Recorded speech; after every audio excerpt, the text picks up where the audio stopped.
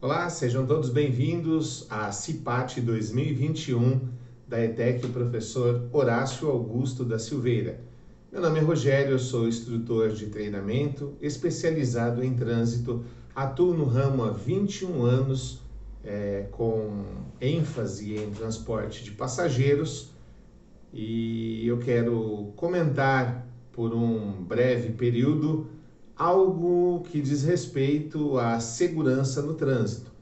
Mas antes de falar sobre segurança no trânsito, eu gostaria de fazer menção das alterações mais recentes, principalmente no nosso viário, as velocidades praticadas pelos condutores e também no perímetro urbano. É claro que antes de falar sobre segurança no viário, eu gostaria de lembrar que todos nós, quando somos condutores, também temos que lembrar que somos pedestres. E na qualidade de pedestres, nós também temos que ser bons pedestres. O que isso significa? Claro, ser bom pedestre significa que nós devemos ter todo o cuidado no trânsito, mesmo pensando como pedestre. Por exemplo, atravessar na passagem sinalizada de pedestres ou faixa de pedestres, fazer isso de forma segura, clara, e também ensinar às nossas crianças, os nossos jovens, essa prática. Notem que as passagens sinalizadas, elas sempre são posicionadas no enquadramento dos cruzamentos, fazendo assim um posicionamento melhor da visão dos motoristas e para o próprio pedestre, um posicionamento melhor para a travessia. Mas é claro que os jovens, na velocidade do dia a dia, querem ganhar tempo e, na maioria das oportunidades, deixam de fazer uso das faixas de pedestre, causando assim não só um desconforto no trânsito, mas também um risco iminente de acidente. Claro que nós queremos zelar pela vida de todos, principalmente dos nossos jovens. Então, pense antes de atravessar uma via, utilize sempre a faixa de pedestre ou passarela, afinal de contas, todos nós merecemos um trânsito muito mais seguro e harmonioso. Por que não dizer também os ciclistas, que também têm direito ao uso da via pública, o leito carroçável da via, mas a maioria deles fazem uso das calçadas, podendo então produzir acidentes, atropelamento, ou até mesmo, quando no viário, utilizam da contramão. É evidente que os motoristas são surpreendidos por atos inconsequentes dos ciclistas. Então você que usa este equipamento, use com consciência e entenda que você não está fazendo uso de um automóvel, mas está num deslocamento de um equipamento tão seguro quanto um automóvel. E é claro, a fiscalização não faz vista e punição a quem desobedece às normas ou às regras de trânsito para quem usa uma bicicleta ou então, ou até mesmo faz o uso da via pública com outros tipos de equipamentos como patins, skate ou patinete, coisas desse tipo. Mas nós devemos ter uma consciência para praticar o uso das vias com um trânsito seguro para todos, ok? Tá dado o recado e fica aí a dica do instrutor Rogério. Bom, as velocidades das vias abertas à circulação, elas são classificadas de acordo com a periculosidade da via. Vou dar um exemplo para vocês. A classificação das vias, elas são dadas da seguinte forma: rurais e urbanas. Nas vias rurais, nós temos dois tipos de vias, as rodovias e as estradas. As estradas, na maioria das vezes, são vias rurais não pavimentadas. A sua velocidade jamais será observada acima de 60 km por hora. Já nas rodovias, vias rurais pavimentadas, a sua velocidade jamais será observada acima de 110 km por hora, dadas algumas exceções. Por exemplo, se você faz uso da rodovia Ayrton Senna, você vai perceber que em alguns trechos a velocidade máxima regulamentada é de 120 km por hora e outros trechos de 110. A engenharia de trânsito, ela faz um estudo e dentro da possibilidade coloca a velocidade para ser praticada, vamos dizer assim, de uma forma melhor e mais rápida pela segurança da via. O que isso não quer dizer que eu deva trafegar na velocidade máxima regulamentada. Ela só está ali para a sua segurança. Mas também eu não posso circular 50% menos da velocidade máxima permitida. Eu posso provocar um acidente. E é claro que nas vias rurais não foram vistas grandes mudanças, mas na via urbana ou nas vias urbanas, que são classificadas em vias de trânsito rápido, vias coletoras, vias locais, e também nós temos aí as classificações de acordo com a velocidade. Você vai observar em alguns trechos urbanos as vias com 90 km por hora, são as vias de trânsito rápido, as arteriais 80 ou 70, nas vias coletoras 60 ou 50 e as locais em média 40 ou 30 km por hora. Dependendo da característica da via, nós nem precisávamos pensar em ter placas que sinalizassem as velocidades e muito menos radares, dispositivos radares para poderem flagrar o nosso excesso de velocidade. Mas é claro que todas as vezes que nós vemos um dispositivo desse, nós fazemos o uso do freio para diminuir a velocidade com o medo da multa. E a multa nada mais é, para nós, aquilo que nós chamamos de penalidade. É claro que a maioria dos motoristas ou condutores só obedecem às leis de trânsito na frente daqueles que fiscalizam as mesmas.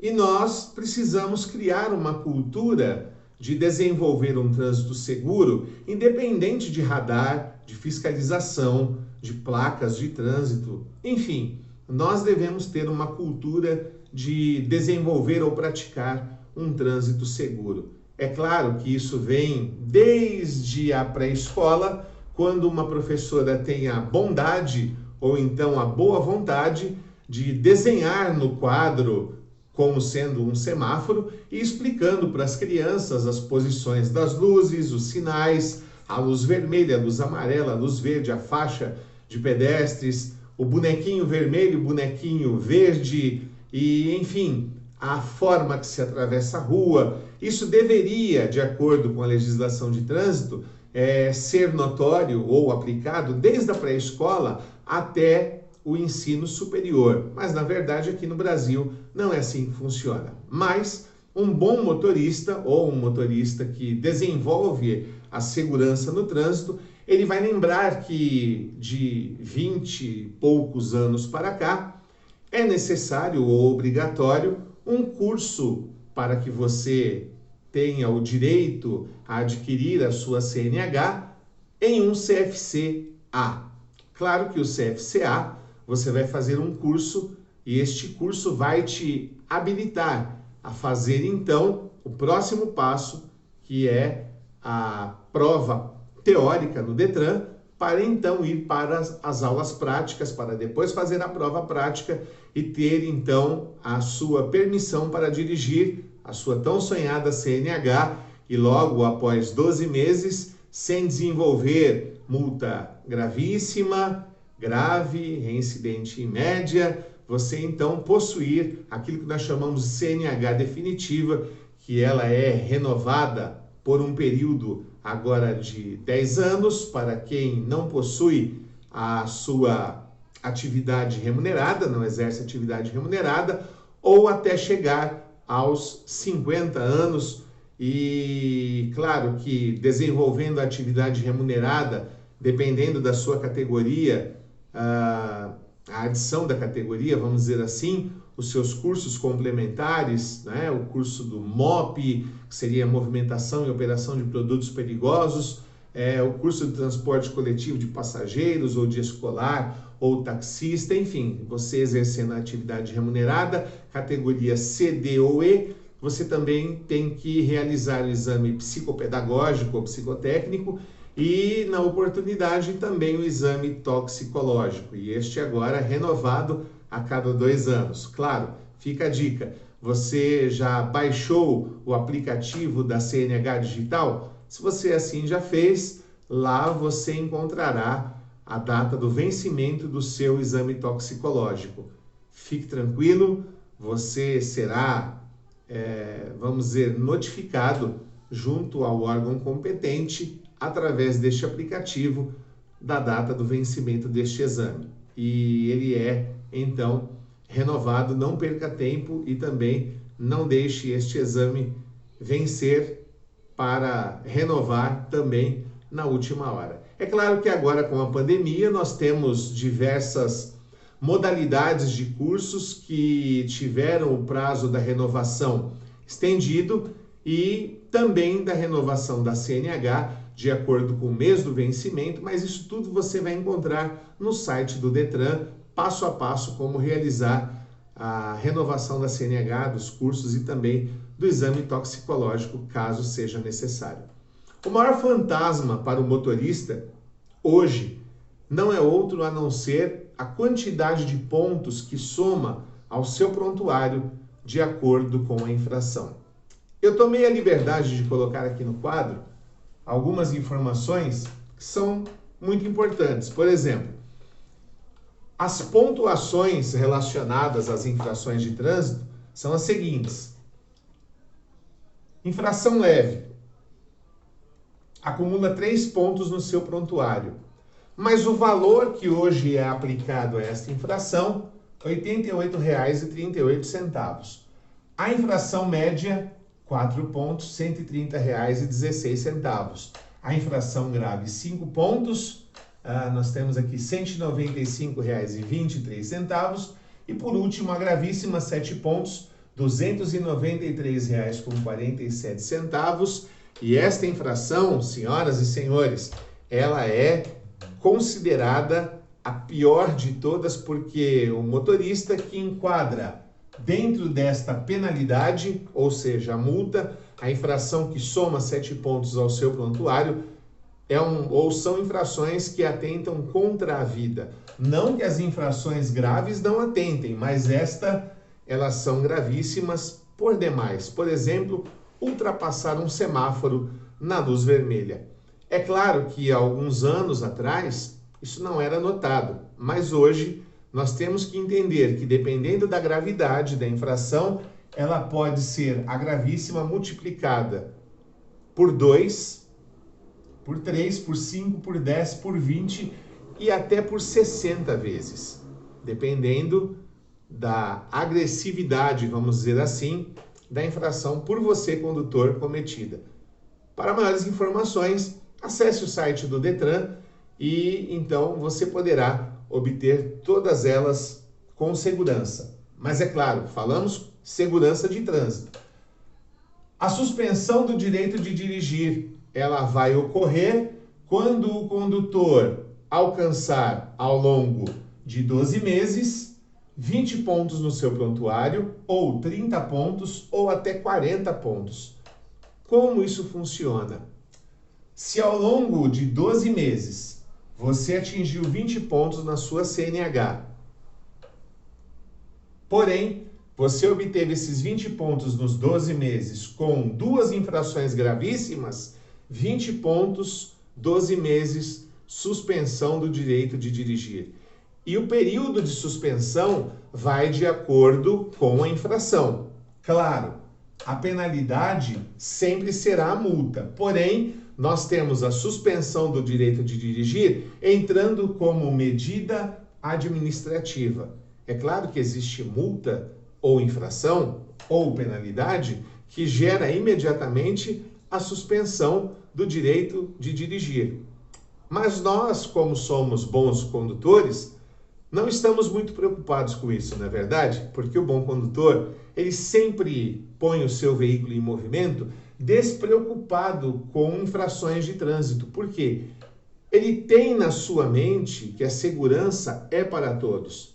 A princípio, ele se preocupa com a sua segurança, mas antes de se preocupar com a sua segurança, ele vai acabar se preocupando com a segurança dos demais condutores e também os pedestres. É claro que eu também devo lembrar que a maioria das infrações de trânsito estão relacionadas à velocidade.